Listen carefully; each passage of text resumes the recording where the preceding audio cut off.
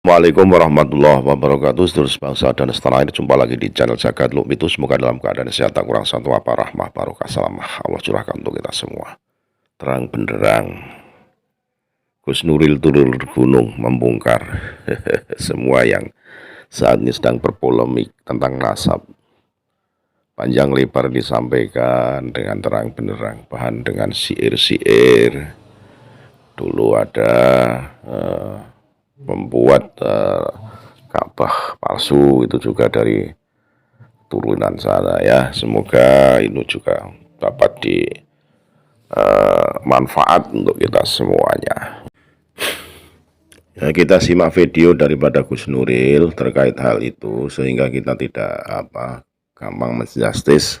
Kita tahu dari sumbernya yang resmi bagaimana video itu disimak bersama-sama dari Gus Nuril mengenai apa yang disampaikan. Semoga kita ada manfaat. Kita tetap harus menyaring loh dari video-video yang sedang beredar ini, karena kita juga tidak boleh serta-merta serambah uyah, karena kita juga harus hati-hati dalam mengambil sebuah kesimpulan. Sebuah pembelajaran ini hanya kita saring, kita terapkan dalam hati, pikiran, langkah, agar kita tidak salah arah. Itu kita juga harus bisa pandai memilah dan memilih mana yang baik, mana yang tidak, mana yang benar, mana yang salah, mana itu hanya sebuah polesan atau kebohongan gitu ya. Kita simak videonya. Suatu saat Nabi itu pernah berkorban 2 ekor domba untuk anak cucunya sedunia. Maka cucunya yang diberi nama Hasan dan Husain. Hasan itu artinya bagus, Husain ya bagus.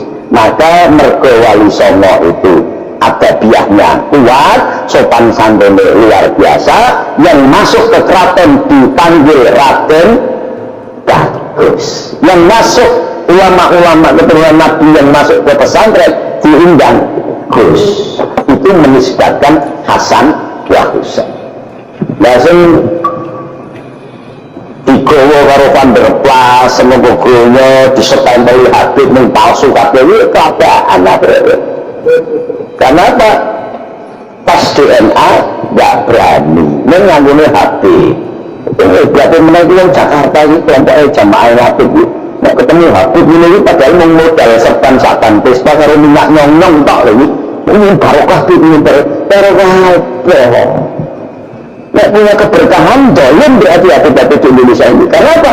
Karena di Yaman itu sekarang sedang perang, negaranya terbelah 2, yang satu PKI komunis, yang satu liberal, yang satu ikut komunis Soviet dan kemudian Cina, yang satu ikut liberalnya Amerika dan Eropa. Yang Indonesia ramiten. Kelakuan orang Yaman itu memang begitu. Orang Indonesia itu jualannya kurang jauh, kopinya kurang, untuk maka minum kopi dulu. Jadi ada kembar, ada Ka'bah palsu, bisa ngerti. Nah, kalau mereka kemudian bisa memiliki keberkahan, boleh itu kalau tidak balik ke Yaman itu. Karena apa? Negaranya sedang perang. Harusnya mereka pulang ke Yaman berdoa supaya negaranya aman. Bukannya malah bikin kerusuhan, bikin kegaduhan di Indonesia. Kemarin saya masih diem saja. Sekarang kalau terus sapu. Gitu loh. Tetapi nek awakmu teko sopan mergo wong neko ngene ra iso ndadak nang Yaman dikirim karo Londo sebagai budak-budak disestempeli Habib sing siji disestempeli suku rendahan. Makanya dulu zaman abad ke-17 sampai dengan 1945 terjadi gegeran antara yang disestempeli Habib oleh Senogogronje dan Van der Plas. Siapa Senogogronje? Orang Yahudi Belanda yang hafal Quran, kemudian kawin sama anak dia dari Garut. Untuk apa? Karena dijajah 300 tahun orang iso takluk, akhirnya mengutus diakukan orang-orang Yaman ini sebagai Habib-Habib lah, wong Jawa ini disebut Habib menunggu terus nurut kabeh. Padahal nggak ada risalahnya Habib itu, nggak ada. sama sekali. Yang Robito Alawiyin itu berdiri tahun 1926. 1926. Rasulullah abad keberapa lahirnya? Maka yang ada di daerah Arab yang asli namanya Sayyid atau Syarif. Makanya wong Jawa wong NU nek maca selawat Allahumma sholli ala Sayyidina Muhammad, bukan Habib. Tidak, itu lagi ini Jakarta ini kemudian saking ke Arab-Araban ya Habibana, maksudnya Habib apa? Habib itu kekasih. Ya wong lanang udah ya Habibana kekasih itu ya memang homo, makanya saya nggak tahu tadi bahasanya dulu. LGBT apa? Mairi kalau pondok Meduro itu apa yang bilang ini kesalahpahaman yang jelek, lembut,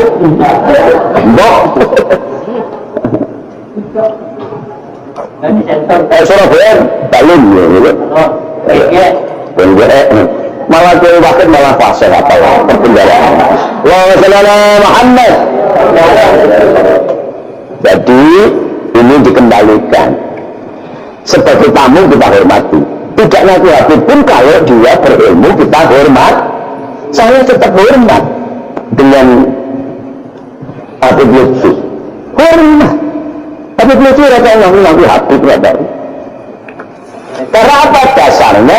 Yarfa'illahu ladina amanu minkum wa ladina utul ilma darajah, bukan utul nasab darajah. Maka tidak ada satu hadis pun yang menyebutkan Habib. Tidak ada.